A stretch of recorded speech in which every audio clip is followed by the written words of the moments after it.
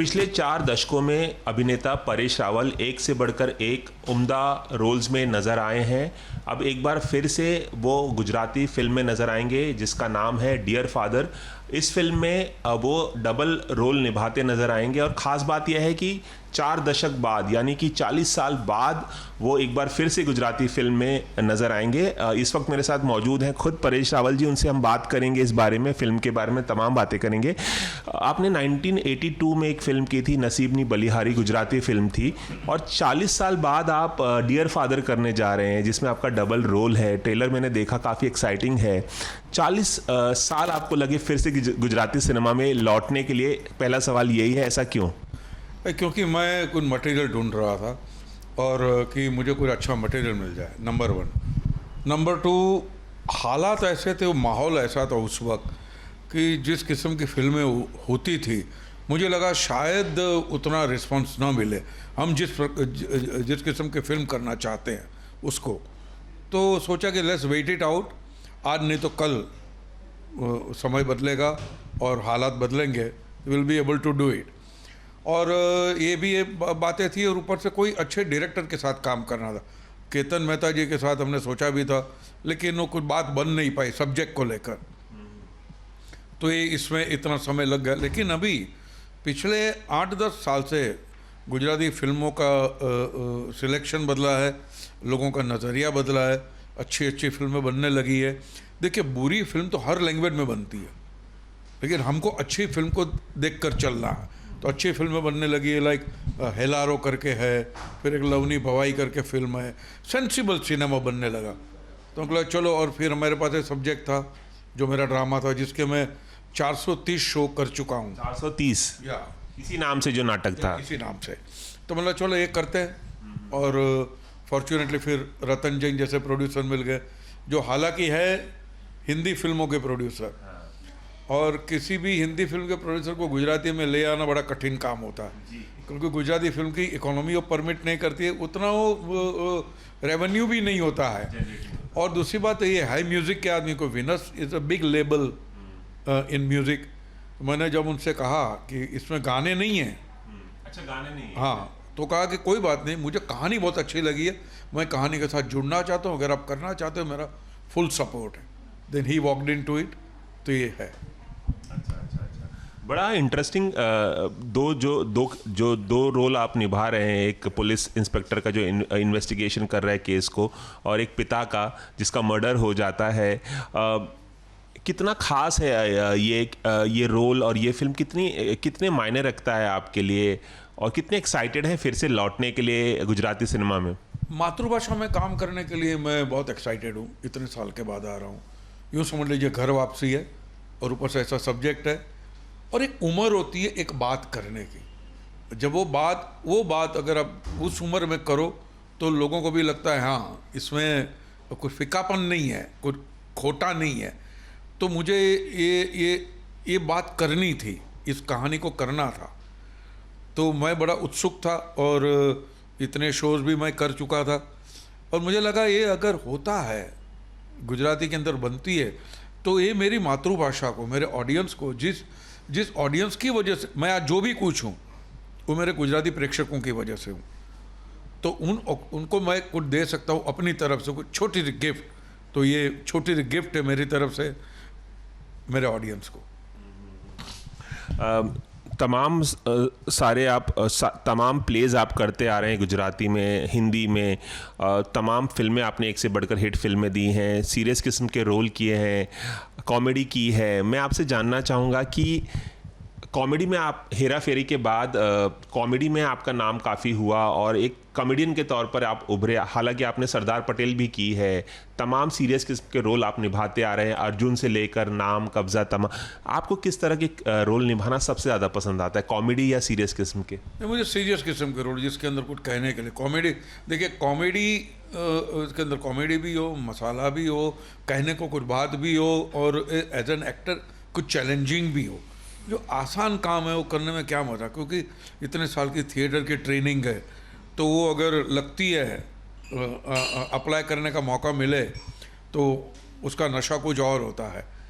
तो जितना कठिन रोल हो, जितना लेयर्ड रोल हो, नुआंस रोल हो तो वो करने में मज़ा आता है। आपको ऐसा लगता है कि कॉमेडी करना ज़्यादा आसान है बनिस्बत बाकी तरह के किरदार निभाने, जैसे कि आप कह रहे हैं कि चैलेंजिंग होना चाहिए रोल कोई भी? देखिए, अच्छी एक्टिंग करना बिल्कुल आसान नहीं है, फिर वो कॉमेडी हो या कोई भी हो। और कॉमेडी करना ही आसान होता है, बिल्कुल गलत बात है। अच्छी एक्टिंग अपने आप में बड़ा डिफ़िकल्ट होता है।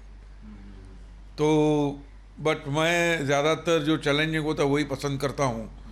तो ऑफकोर्स कुछ हमको घटिया फिल्में भी करनी पड़ती है, क्योंकि तब जाके किचन चलता है।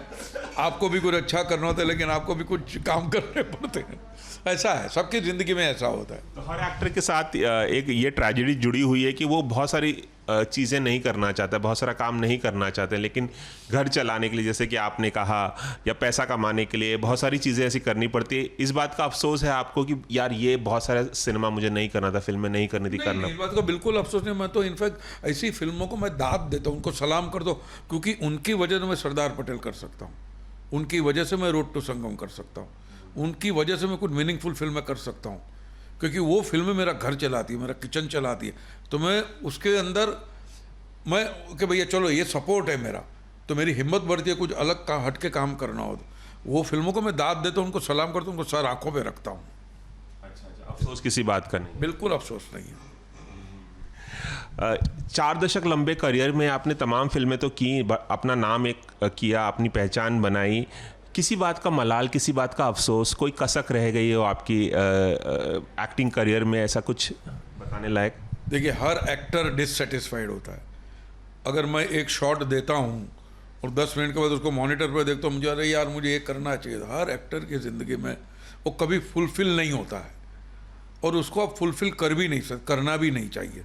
तो मेरी भूख एज एन एक्टर खुलती रहती है, और मुझे अलग अलग किस्म के, और अब जाके इतना अच्छा टाइम आया है, इतना अच्छा टाइम आया है, OTT भी आई है, नए डायरेक्टर आए, नए राइटर आए, तो अभी तो कोई एक्टिंग करना चाहता हो तो उसके लिए विन विन सिचुएशन है, सामने दरिया पड़ा है। अभी तो एक ही है कि भगवान से हाथ जोड़ के कहे कि अपनी हेल्थ को सलामत रखे, बस, तो अच्छे अच्छे रोल करने को मिल जाएंगे। आपने OTT प्लेटफॉर्म्स की बात की।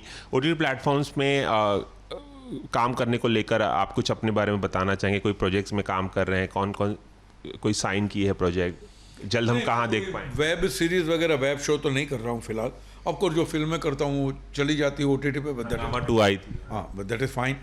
बट मैं वेब शो तो वो करना चाहूँगा जिसके अंदर मुझे मज़ा आए, एज एन एक्टर खेलने का मौका मिले, रोल को बहलाने का मौका मिले, जो बिल्कुल ऑफकोर्स राइटर नहीं करके दिया हो, और जो बात मैं फिल्म में नहीं कर सकता हूँ, जो बात मैं स्टेज पे नहीं कर सकता हूँ, वैसी बात, वैसा सब्जेक्ट मुझे करने को मिले तो उसका मुझे आनंद होगा।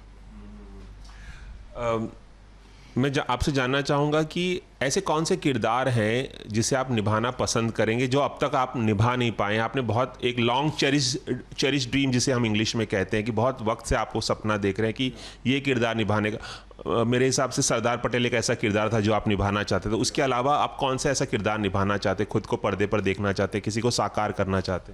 वो ऐसे कोई पर्टिकुलर बंदे को साकार करना ऐसा नहीं है, लेकिन मुझे ऐसे रोल मैं चाहता हूँ मुझे मिले कि सबसे पहले वो अटेम्प्ट करते वक्त मुझे डर लगे, ऐसा लगे कहीं ऐसा ना हो कि ये करूँगा और इज्जत मिट्टी में मिल जाएगी, ये परेश रावल ने कितना गंदा काम किया। बट वही डर फिर मुझे मोटिवेट करे, वही डर मुझे चैलेंज करे, और मैं अपने आप को और बाहर लेकर आऊँ एज एन एक्टर, और उसको निखारूँ।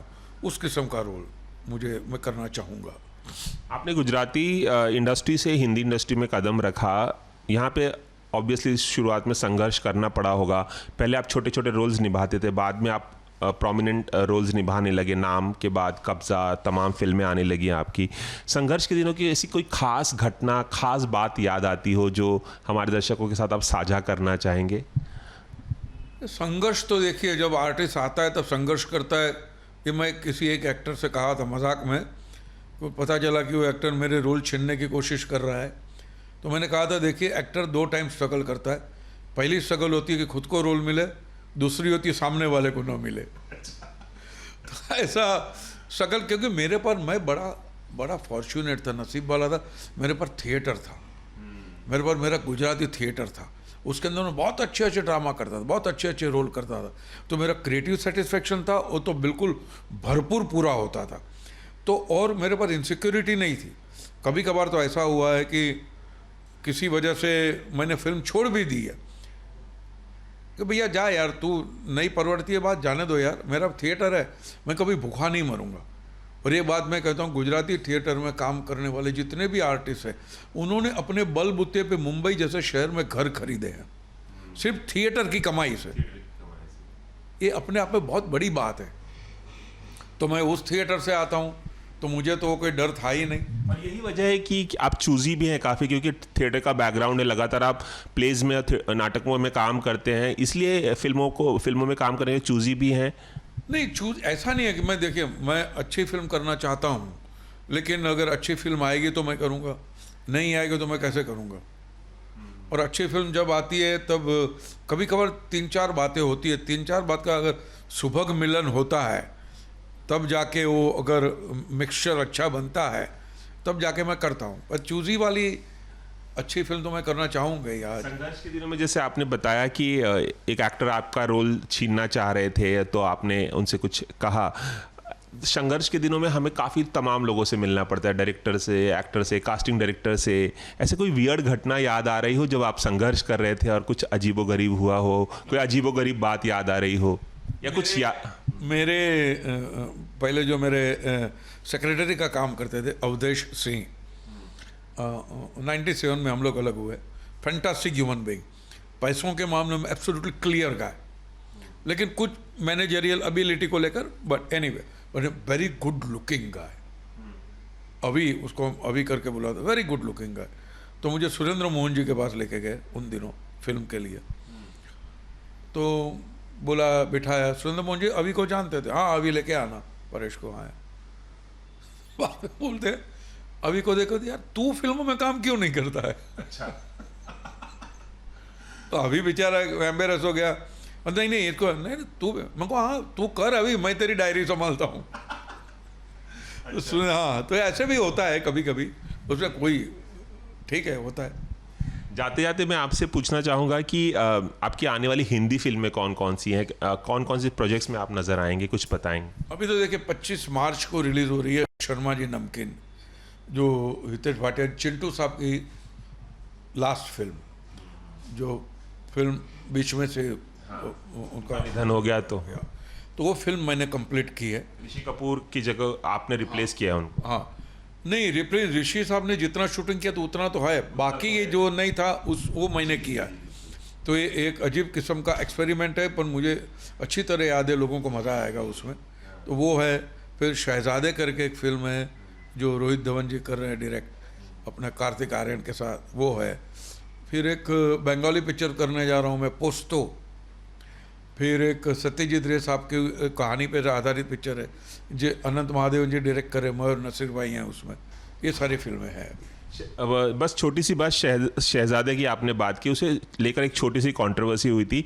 अल्लू अर्जुन की जो फिल्म है उस पर आधारित है, उसे रीमेक किया जा रहा है शहजादे को, और वही फिल्म उसके निर्माता जो है वो रिलीज़ करना चाह रहे थे डब करके, और अब मैटर सॉर्ट आउट हो गया है। इस पर आप क्या कहेंगे कि जो फिल्म रीमेक बन रही है हिंदी में, उसी को डब करके पहले रिलीज़ करने की कोशिश हो रही थी, आप क्या कहेंगे? हाँ, ये वो अच्छा नहीं है, लेकिन फिर चलिए अच्छा हो गया, एंड रिजल्ट तो ये अच्छा है।